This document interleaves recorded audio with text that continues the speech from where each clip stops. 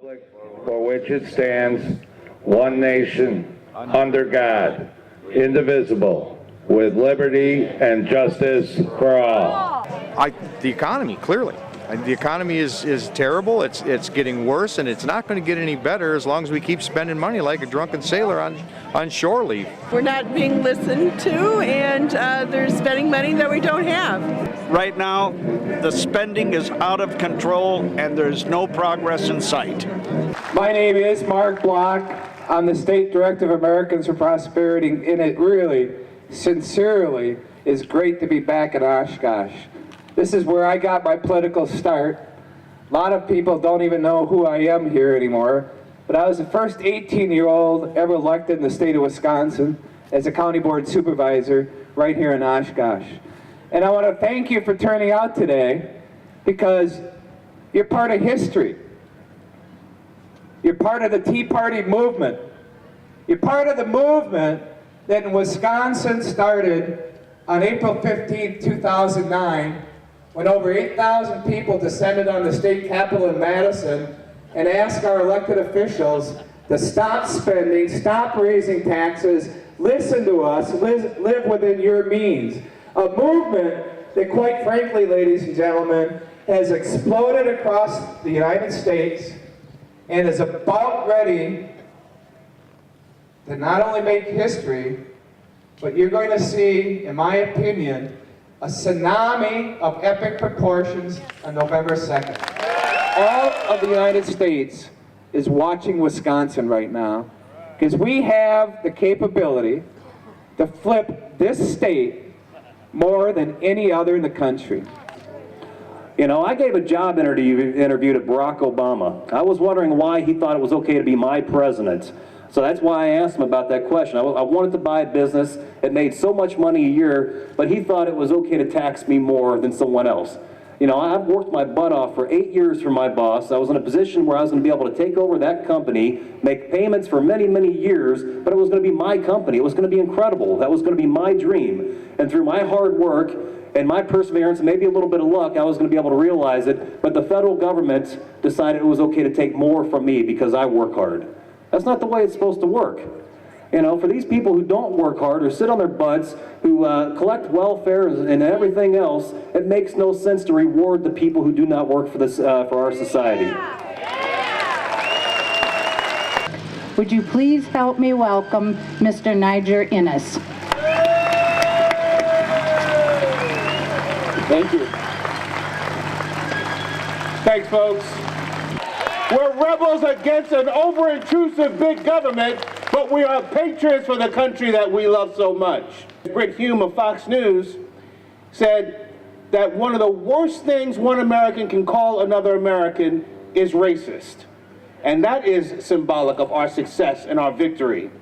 But tragically, there's a negative underside to that victory. The negative underside to that victory is that racism now is used as a political tool, as a weapon of political destruction against those you disagree with, particularly if they happen to be conservatives. Thomas Jefferson said, "He who expects to remain ignorant and free expects what never was and never will be." Yet the mere knowledge of history is no guarantor of our liberties. George Santayana said, "Those who cannot remember the past are condemned to repeat it." I submit this aid and addendum to those.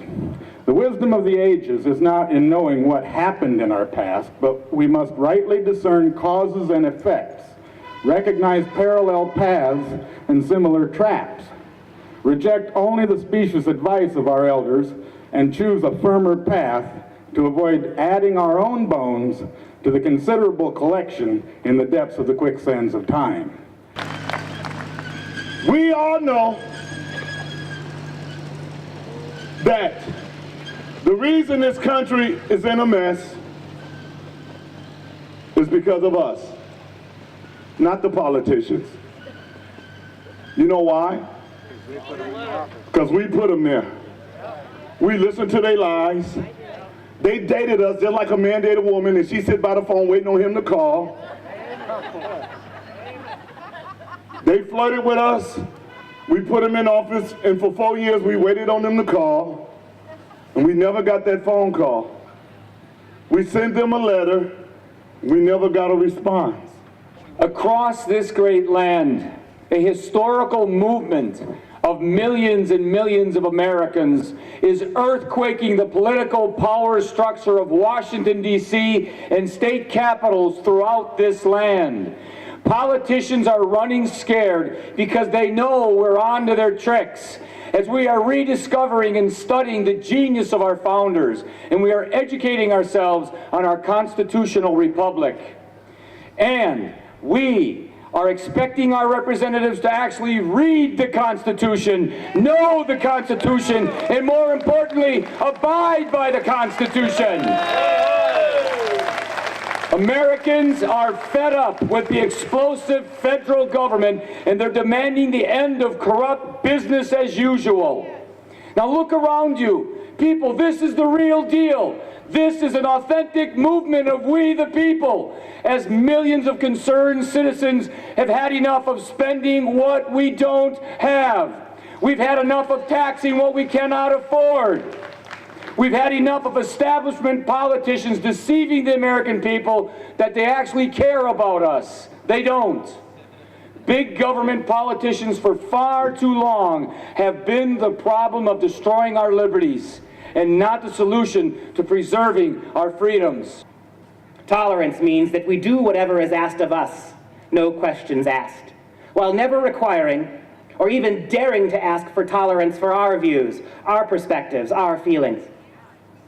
The treatment of the Tea Parties in the mainstream media also illustrates clearly the immoral amorality of this worldview. At first, the Tea Parties were viewed as the quote-unquote Brooks Brothers revolution, an unseemly snit pitched by upper-middle-class Americans who were unwilling to share wealth and prosperity with others less fortunate. But as the Tea Party protests grew, incorporating persons of every socioeconomic background, the Tea Parties were painted as hotbeds of racism and white rage. Despite countless thousands of cameras and film crews covering hundreds of Tea Party events across America, that damning soundbite, that uncontextualized clip proving unabated racial animus still was never identified. Thank you so much. This song is a reminder to us all that this country in which we live is truly great and it's worth fighting for. The song is called Remember Who We Are. It's our time to take